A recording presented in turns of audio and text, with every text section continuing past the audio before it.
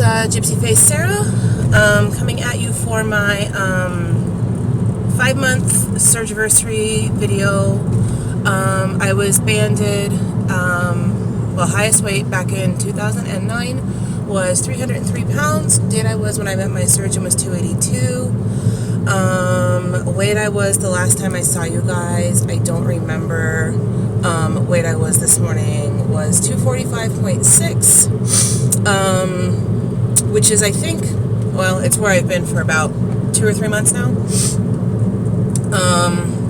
And yeah, so did I say I was banded February 25th, 2012? That's when I was banded. So today is 5 months out. So yeah, 5 months out, and I'm currently at less than 40 pounds lost. I'm at 38. I was at 40 pounds lost on Monday, and then I put on a pound Tuesday and a pound today, so who knows. I did have a fill last week. They had taken out 0.4 cc's of my band back in June, or was it? Yeah, it was like late June. They took it out because I was just PBing all the time. And I went to I went back because I was having, I was no restriction. She was gonna put 0.4 back in, and she must have seen my face because I was like, and she was like, oh, well, do you want 0.2 or 0.3? And I was like, well, I want enough to give me restriction but not make me throw up. And so she was like, okay, well, we'll put 0.3 back in. And so they put 0.3 back in, and I'm not really sure what's going on with it. Yeah, I don't know.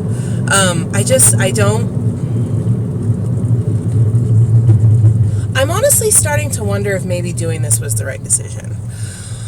I hope I don't get blown up by my fellow lapbanders here, but before I went and got my surgery, I did some research, talked to some people for about a year, and I heard very few good things about the lapband. I heard that it was frustrating getting the fill level right, that the throwing up was frustrating. I just heard a lot of things that, weren't that great. I heard a lot of good things about VSG. I heard a lot of mixed things about bypass. I think mainly the issue that most people didn't like with the bypass was the dumping syndrome, which sounds awful from what I've heard. Yeah, so the only person in my life that I knew who had a band was a girl that I didn't grow up with, but I've known for about 13 years. She got banded, 3 or 4 years ago. She's lost 100 pounds, and she's still hovering with another, I think she wants to lose another 50 or 60. Yeah. So that was part of the reason why I had such cold feet initially about getting the band, is I was like, I don't know if I want to have surgery and then have something not work.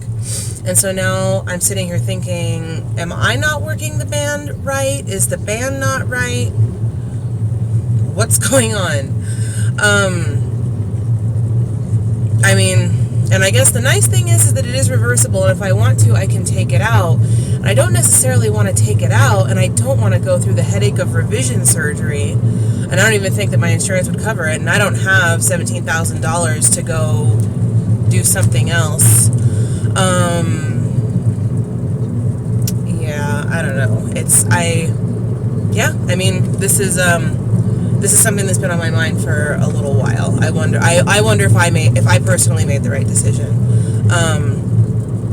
because I lost a decent amount of weight in the beginning, slowed down a lot after that first month, and it's been at a grinding standstill ever since. And I can't blame my exercise, because that is I'm definitely fitter. There's no doubt about that. I mean, my flexibility is great. All my friends, even though I haven't lost any weight in the past 2 months, they tell me every time they see me, I look firmer and denser. And I'm attributing that to exercise. And so I looked at I was thinking about this yesterday. I was like, WTF, like what's going on? So pre-band, I was averaging probably 2,600 calories a day.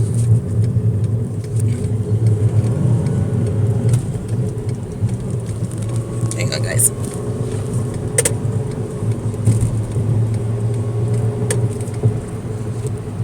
Pre-band, I was averaging probably 2,600 calories a day.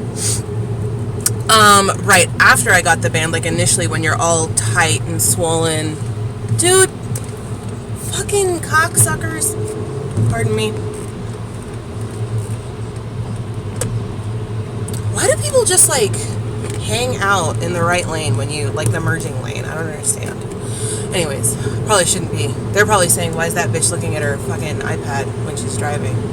But I'm not really looking at it. Anyways, so pre-band I was averaging about 2,600 calories a day. Right after I got the band, when I had like no appetite to speak of, I was, I don't know, probably between like 1,200 and 1,400. Still, I felt kind of high for somebody who had weight loss surgery. And now I'm right at about between 1,900 and 2,000, sometimes 2,100, especially, you know, it's summer and there's lots of barbecues and parties, and it's been a very busy summer for me, busier than any I can remember.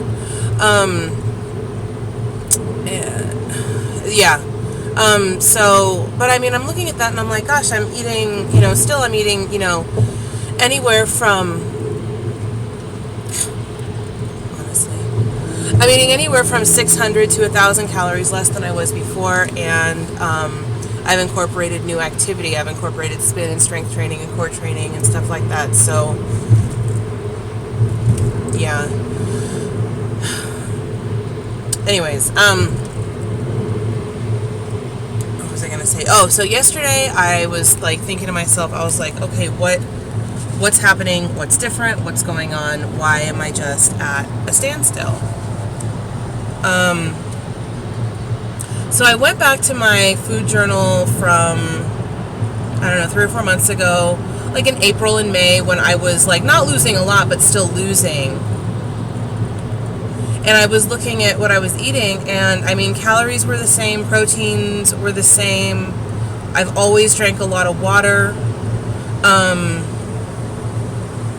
I think the only exercise difference is that I was, instead of doing spin classes and core training, I wasn't doing any strength training, and I was just going to the gym and to yoga.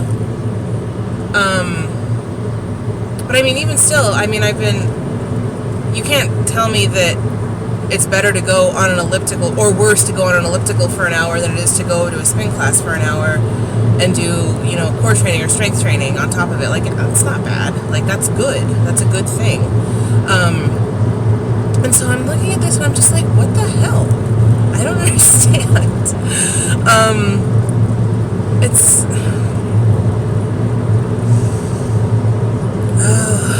I can't even begin to express the level of frustration with it.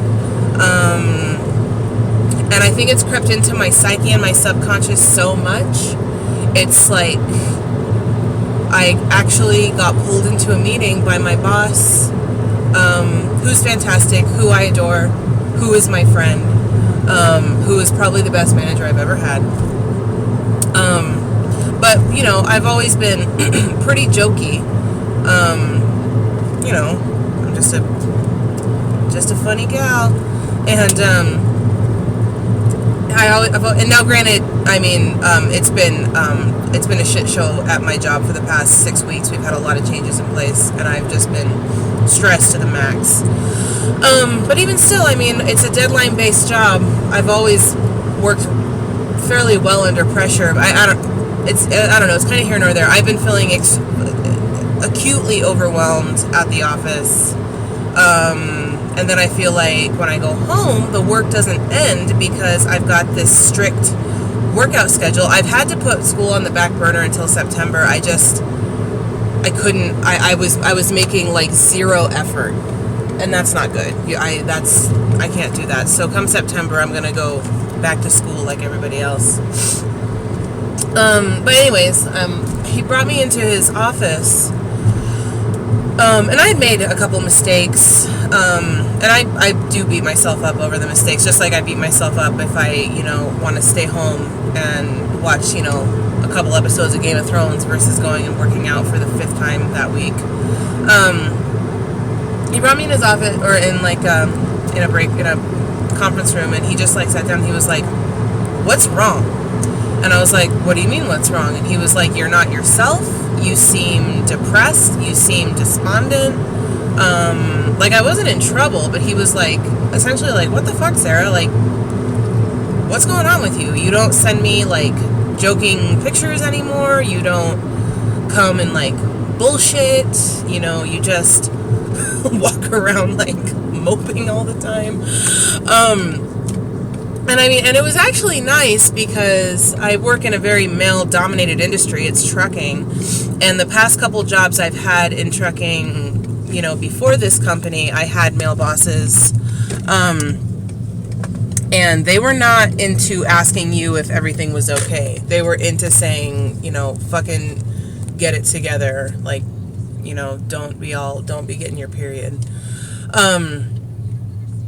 And so, of course, I was just and I managed to hold it back because I'm not one to, if I do cry at work, I tend to, I don't like people to see. I don't like to be that girl crying at work because I judge that girl who cries at work. So, yeah.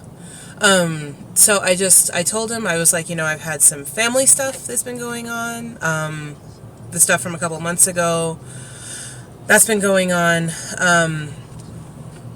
I guess it's still going on. It's definitely not as much in the forefront as it was a couple months ago. And then I was and I've had some personal stuff going on that I really don't feel comfortable talking about, i.e., all summer I have been stagnated at 245-ish pounds. Thankfully, I haven't seen it go higher than that. The lowest I saw was 242. The highest I saw was 245. But trying to explain to somebody who doesn't have a weight problem, how those 3 pounds can just fuck your head up and make or break your day, it makes you sound like a crazy person. So I told him that, and he just, I'm getting weepy even thinking about it. Because, he was just so nice, just like everybody in my life has been so nice and so supportive. He was if you ever want to talk, you ever want to go get a beer, you ever want to, and he's not weird or anything. He's normal guy. He was he if you ever want to do any of that stuff, just let me know. I'm not just your boss, I'm your friend. And I'm I know you're my friend too. He's my age. He's met my husband. We've all gone out before, gotten wasted together before. That was a long time ago. And so I was okay, Sarah, holy shit, you need to get it together. Because this is affecting other parts of your life. And I told him, I was I try really hard to keep things compartmentalized. I try hard to not let home life affect work life. And he was dude, it's really hard to do that. That you spend a lot of time at work, and it's really hard to keep those two separate. So it's just kind of talking. I guess all I'm saying here is I don't know what I'm saying here, but I need to go. So yeah, I don't know. I got nothing left. So needless to say that these 3 pounds are just fucking with my head. Totally fucking with my head. So, alright guys, that's all. I will talk to you later.